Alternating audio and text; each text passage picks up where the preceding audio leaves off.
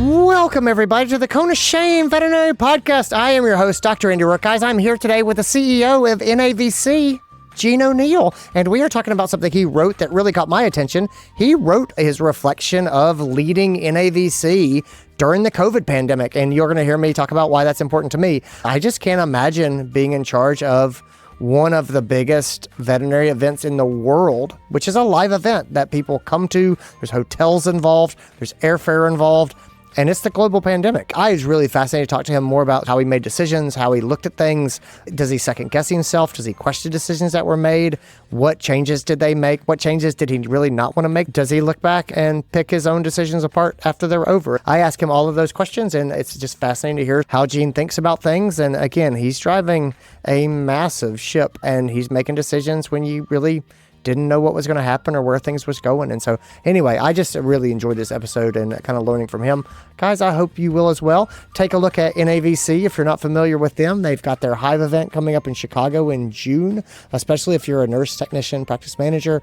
They've got their Veterinary Innovation Summit, which is a event later in the year. You can read my column in Today's Veterinary Business, which is also an NAVC property. So they do so much. It's hard to explain like how big and sprawling NAVC is and how hard it would be, I think, to make choices about how you're going to spend your time and effort and what you're going to do when you have no certainty about the future. Let's get into this episode. This is your show. We're glad you're here. We want to help you in your veterinary career. Welcome to the Cone of Shame with Dr. Andy Roark. Welcome to the podcast, Gene O'Neill. Thank you for being here, my friend.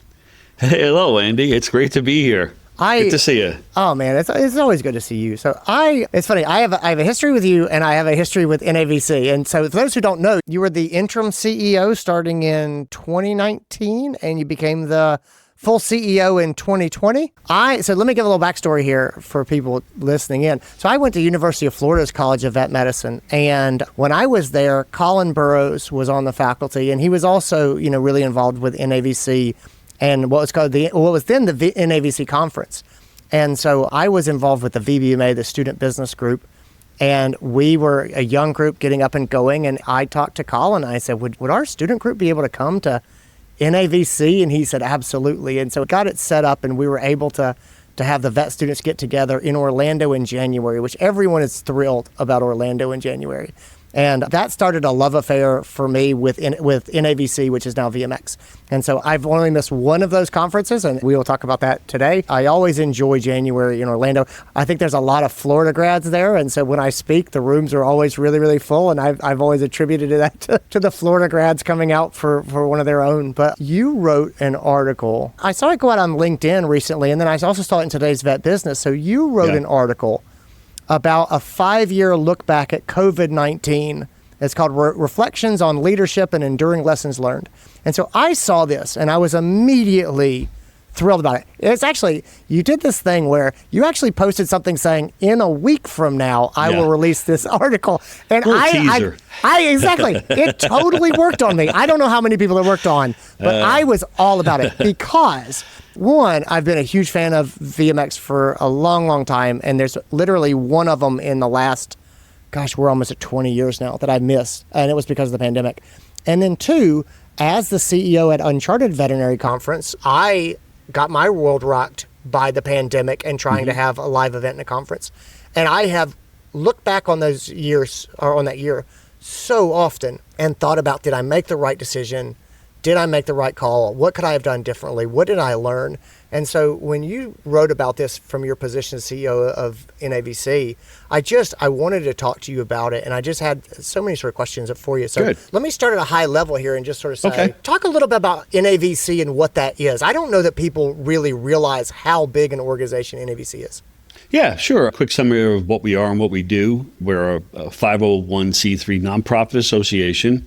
charitable association, so we are in the education space, and the education is naturally for veterinarians in anyone in the veterinary space. Let me put it that way. Yeah. So NAVC is the umbrella organization, but we're probably more well known for the VMX event that we put on every January. But behind that, behind the scenes, what they don't really see, or what they may not realize, we are so interconnected with things from our publishing arm, with titles like Today's Veterinarian, Today's Veterinary Business, Today's Veterinary Nurse. So we have about 6 titles in the media arm, but we also have an online community, an online education platform called Vetfolio, which a lot of people probably participate in through subscriptions or just downloading articles or white papers. And it also provides them the opportunity to get certification. So we have a lot of things besides the VMX title that we use as our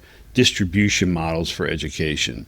The most recent thing that we started that is getting great traction in the marketplace is our Hive product. Now, the Hive product is smaller in-person events, but it's got the flavor and the feel of a VMX and the NAVC touch to it. Yeah. So very intimate, focused learnings for veterinary nurses, veterinary technicians, practice managers, and we take these around the country. So it's not like we're asking you to come to Orlando for these learnings. We're taking it to the areas where we don't see a lot of educational penetration in the veterinary space. So we do have a lot of products in our portfolio, but obviously the flagship of what we do is VMX. Yeah. So in 2020, VMX was held in January. It's in the Orlando Convention Center. When did you guys move to the Orlando Convention Center from the old Gaylord Marriott hotels? We moved in after the 2016 event. We've been there since then, taking it from 2 campuses to 1 campus under the roof of the convention center.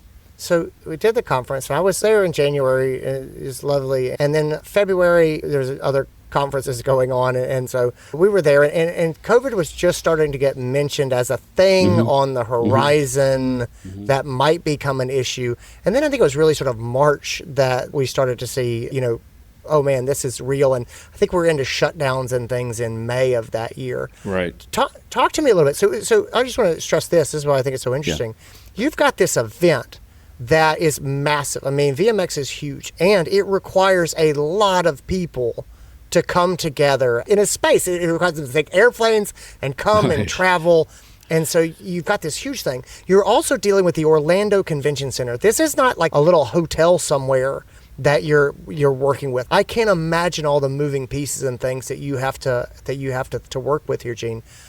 How did you start to receive this news? You're starting to see lockdowns, things like that. What were your initial thoughts? Did you first think that maybe you could dodge this and maybe it'll be gone by next year? How did that realization that, man, this is going to be a real thing, how did that settle on you? It was a period of a lot of unknowns. Everything was new to us. And, coming out of the 2020 VMX event, I mean, we were on a high because it was one of our largest events attendance-wise and as far as expo-wise and attendance and international travelers. And that was my first event as the interim CEO. So I came out of that and I'm thinking, this is great. We're going to run this thing for the next 10 years and we're going to go strong every year and get better every year. And then, like you said, the headlines start to get a little louder and more frequent about what's been going on or what's going on in the country. And it wasn't until March sometime when I said, this is pretty serious. Yeah. But I'm thinking, we're still 8 months away. We're still 8 months away, 9 months away from the next VMX. So we'll do the shutdown thing, whatever they're asking us to do, shelter in place. And then when this is over in the summertime, we'll come back. We'll plan online, and then we'll just come back and pick up where we left off. Through the summertime, after the shutdown, I remember it shut down in March 17th of 2020. Everything shut down in Orlando. We shut the office down. We had just moved into a new building that we purchased and renovated. So it was weird not to be able to occupy the space. And we just went through the summer months doing what everyone else was doing, keeping in touch, communicating, doing virtual things. And then we realized that we had this event coming up, and we're the first one out of this. We're the first one out of the gates every year. Every January, we're the first one out of the gates. So we're getting calls from our sponsors, from our largest partners. We're getting emails from potential attendees. So we decided to run a survey in the community and ask if people would be, and this is in the fall of 2020. Okay. Because at this point, we hadn't really canceled anything yet with the convention center or with our hotels, because we still have some time to play with. So we asked the community, we sent out a survey and said, would you be willing to travel in January to VMX? And the responses came back 50-50. Yeah. But the things that really had us leaning towards not having it in January was when we started to hear from some of our larger partners saying that they were forbidden to travel. So they couldn't come to the event. So then we started to, mobilize the plan B. And what I talk about in my paper is, always plan for something else. And we were lucky enough to at least find a time in 2021 at the same location, because there were cancellations all over the place for events in the convention center. Events were canceling just days before they were supposed to happen. Wow. So we were able to find an event with the same footprint as ours in June of 21, and we just planned it, and no one had gone out yet and put on a live event. So this was sort of like the first live event after the COVID crisis. Now, it wasn't a VMX size event from a participation standpoint, but I think the quality of the event was probably a little better, because those were the people that really wanted to get back to the live events. Yeah. And they wanted to network and socialize and participate.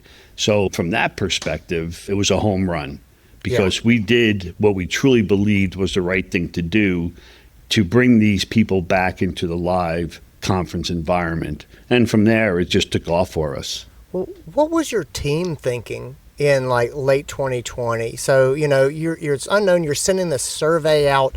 I mean, what was the mood, and kind of how was your perspective that they were looking at you, right? You had to feel like you were the captain on a ship who didn't know where he was going, because you can't see anything. Right. What was that like? No, so that was one of the things that I learned about the leadership style. At some point we had to just make a decision, and what was that decision going to be? And most of my staff, and they are so innovative and so creative, and they're so supportive of what we do for the veterinary profession. And there was a period of late summer, early fall of not knowing what we should do or could do. And then I just said, listen, this is our mission. This is our business to run. And I was more concerned about keeping that intact, about who we are and what we do. And I said, we have the opportunity not to cancel it, but to postpone it 6 months, 5 months into June. And they bid into that, and we ran with it, and we planned. And the ironic thing was, we planned for the event being in January, but we had to postpone it. So we were somewhat in the planning mode still with programs and expo floor and things like that. So postponing it wasn't that bad. But during that period, we also had a plan for the next event the following January, which is only 6 months away. So that was the crunch that I was a little concerned about with the staff. But because we've done this year after year, and you said there's a lot of moving parts, but it's a pretty well-oiled machine when it comes to putting it together. One of the things I always struggle with when times have changed with my team is figuring out how transparent to be with people, because I want to generate confidence, right? Like, I want to be able to answer their questions, and I want to be confident. And that's really hard to do when you just don't know what the answer is. Yeah. Were you transparent when you didn't know what you were going to do? Did you have a way that you kind of would sort of put people's fears at ease while you figured it out? How did you navigate that part before you said, we're going to go here, let's do it? Communication to me was the key. And you say, well, how much? And whatever amount you do more. Okay, good. That's good. Yeah, communication to the point where I would communicate, I don't know. I don't know what we're going to do, but we're going to figure this out. And we did it together. And sometimes there was a time where we just said, what should we do? And I just made a decision and we did it. And the team surrounded the idea and supported it. We just went ahead and did it. It was, as I mentioned in the paper that I wrote, thinking about things, doing things differently. And this gave everybody around the world the opportunity to change your model and what you do. So when we started to talk about what we can do differently, there was an excitement behind there. And now we wanted to let that run out to see how that would play out with all the things that were going on during COVID and things that we sort of experimented with, like online learning and Zoom calls. So how could we use that new business model into what we want to do in the future? So they were all eager, like everyone else in the world was, to get out and to get back to business, but maybe with a little twist on doing things a little bit differently. So I think that's what the hook was for a lot of the staff, was to, this sounds pretty cool. We can do this virtually. We can do this electronically. We can Zoom. It was a learning for everybody, but they embraced it. They didn't just say this is going to be the same old way we did it before. It's going to be somewhat different. VMX has got a long history, right? So VMX going back to when it was NAVC, going all the way back to when it was Eastern States, like it's a legacy sort of brand and experience. And I know, like at Uncharted, we have sacred cows. We have ways that we do things. We have things that, the staff just says, this is who we are. This is what we do. Mm-hmm. What sacred cows had to die for you guys to innovate? Were there things that, had been the way that they were done at VMX that you say, we're not going to do it this way, or we're not going to be able to do it this way? Yeah. What were the things that had been entrenched that had to be abandoned? Yeah. I think it started with saying goodbye to some of our staff that, we hadn't done since I've been here. I started in 2013 as the CFO and then became the CEO in 2020 officially. And we never had a period of time where we had to say goodbye to some of our family, because we really were a family. So it started there, looking at taking into consideration the unknowns of what was going to happen on the other side.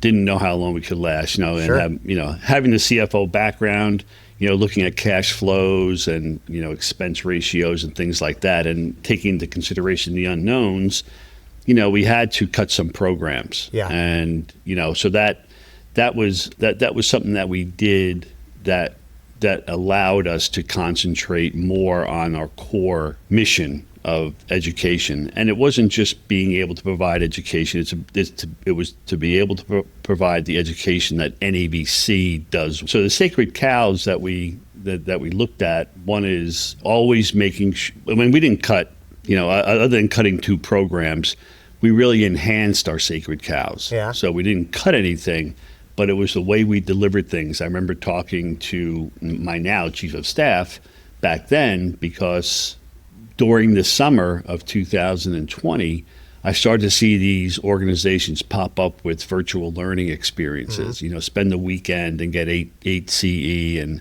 here's a night you can have a session on something for 3 CE. So I saw a lot of these virtual things pop up, and I was a little maybe annoyed that we weren't doing that. Yeah. But then, like I said, in what I wrote about is just remain calm. Just take a breath and just, wait to see what happens. And what we were able to do was not just jump out there into the fray and start putting out education for everybody to get. It was, okay, let's take a step back and let's enhance what we currently do and really put out a product there that people are going to expect NAVC to put out there. And that's when we really invested more in our Vetfolio product. So we had more. And now we have our level up sessions that came out of the COVID period.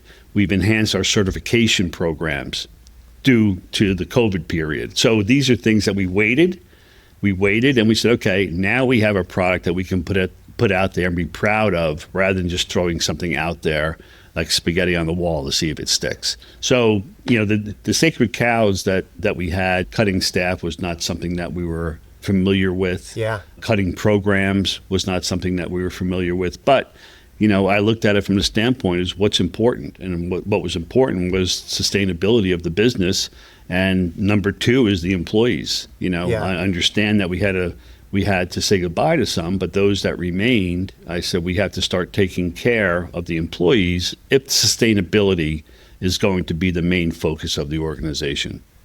Whenever I have to make cuts, I can't help but put myself under the microscope and go, did I do everything I could? Did I read this right? Is there other things? Now, this is going on in the much greater context of the COVID pandemic. So obviously this is wildly out of your control. But Gene, did you ever have those internal thoughts of like, am I not good enough? Did I do something wrong? Could I have done this better? Or were you able to say, this is a pandemic? That's ridiculous. In retrospect, as I look back on it, we had done things even at the leadership level that were received in unison as a good thing for the organization to continue. And one was, I told the staff that I was going to cut my compensation. Yeah.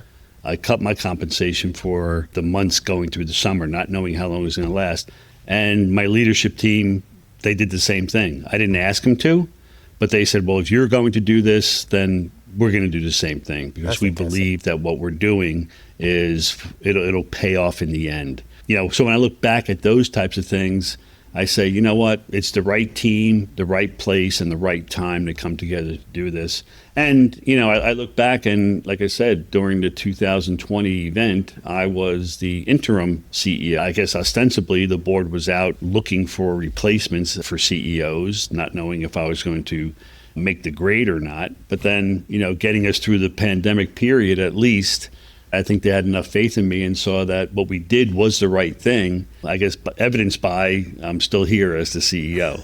So, were there any missteps that you look back on? Is there anything that you say that you think I wish I'd done that differently, or I would have made a different choice if I could go back? I don't question myself on the decisions that we made. Could things have been better? Looking back, we may have miscalculated some things that on the technology side. Maybe we didn't buy enough into the technology, because we went into 2020 VMX with a platform that allowed us to provide 365 day a year access to the expo hall. We called it VMX 365. And we rolled it out at VMX 2020. And we just thought it was a great idea that the attendees would leave VMX and start visiting everybody's booth virtually. And that could have been a miscalculation on our part, because what we found for the couple of years that we ran that program, the greatest time that they used VMX 365 virtually was during VMX. Yeah, which was, so I think if we had, looking back, I would say that, that's probably the one thing, it served a purpose for its time. But again, going back to what do we do and what do we do best, maybe we didn't put enough effort into thinking other applications for it. We did try to use it for job postings and things like that. But, the marketplace really didn't want to continue on with that type of virtual experience. They wanted the live experience. But, to our credit, we cut it. We cut it when we did, because we realized that for us, this wasn't going to be the future for NAVC. Yeah, no, that makes sense. You guys have continued to do really great hybrid stuff as far as having virtual interfaces at the live events. I was really impressed this year with the streaming, like on-demand video that's going on and concurrently with the live sessions. And I saw people taking breaks and watching lectures on their phone at the pool. Yeah. And it's been amazing watching how people use it. Gene, thank you so much for being here. Where can people find you online? Where can they learn more about what NAVC has going on? They can always visit what we're doing here at navc.com. There's a lot of information on there about all of our live events, all of our virtual events. Download some documents to read, and it's a great resource. Visit Vetfolio as well. That's another resource that your listeners may like to experience if they aren't doing it already. Oh, yeah. Well, I know you guys have an event in Chicago coming up. So the Hive Chicago event is June 7th and 8th. It's for technicians and practice managers. You want to chime in on that? I think it's becoming one of our greatest, smallest events that we can replicate very quickly and get to market very quickly. So I'm really excited about the whole Hive platform. What's coming up in Chicago is what I would call our standard Hive event, which is for the nurses, the technicians, and practice managers. But we have other focused Hive events, like we have one on CBD coming up later this year. We have one on the future of veterinary education coming up. So these are other Hive events, but suited for a different audience. But our standard Hive event coming up in Chicago is going to be a good one. Outstanding. Well, I'll put links to NAVC. I'll put a link to your article as well. Guys, thanks for tuning in and listening, everybody. Take care of yourselves. Gene, thanks for being here. Andy, thanks for having me. Good to see you. And that's what I got. Guys, I hope you enjoyed it. Thanks for being here. As someone who was the CEO of a conference, I wanted to see what somebody else who went through a similar experience had. And it was not similar. Uncharted is a tiny, tiny version of VMX, but it's still wonderful, and it's mine. And I had to make a lot of hard calls during the pandemic about our live conference, and we canceled our conference, and it was scary and challenging, and it was tough. And so anyway, I really appreciate you guys coming along and letting me get to talk to Gene about what his experience was. Take care of yourselves. I'll talk to you guys later on.